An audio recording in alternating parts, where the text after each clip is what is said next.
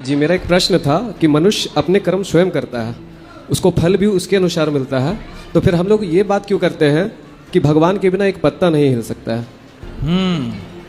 आप भगवान को नहीं मानते? बिल्कुल मानता हूँ गुरुजी। हाँ, ऐसा है कि कर्म करने से फल मिलता है, तो फिर भगवान की भक्ति पूजा करने की क्या जरूरत है?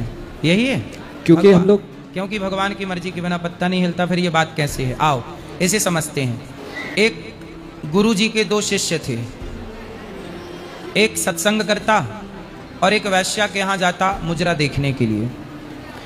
दोनों एक दिन लौट रहे थे, तो जो सत्संगी था उसके पाँव में लोहे की कील घुस गई, और जो वैश्या के घर में मुजरा देख के लौटा उसे रास्ते में सोना मिल गया। सोना मिल गया। अब गुरुजी के पास दोनों आए, दोनों ने कहा कील घुस गई, उसने कहा मुझे कील लग गई, उसने कहा मुझे सोना मिल गया। तो अब जिसके पाँव में कील लगी उसने अपने गुरुजी से कहा कि गुरुजी, ईश्वर का न्याय तो बड़ा गलत है। मैं मंदिर जाता हूँ, सत्संग करता हूँ, तो मुझे देखो कील घुस गई पाँव में, और वो गलत काम कर रहा है, वैश्या का उसे सोना मिल गया। तब गुरुजी ने कहा कि बेटा, ईश्वर का न्याय गलत नहीं है।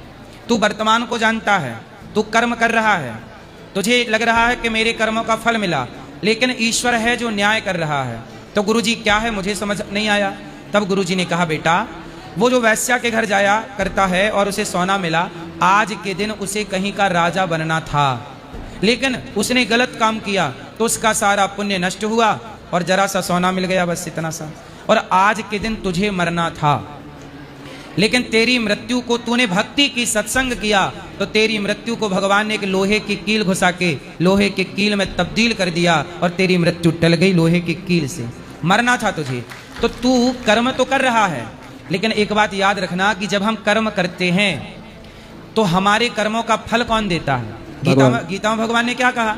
कर्मण्येवाधिकारस्ते मा फलेषु कदाचन। तू कर्म कर भाई, कर्म हम करें, फल कौन देगा? भगवान। फिर इसलिए भगवान कहते हैं तू अच्छा कर्म करता चल,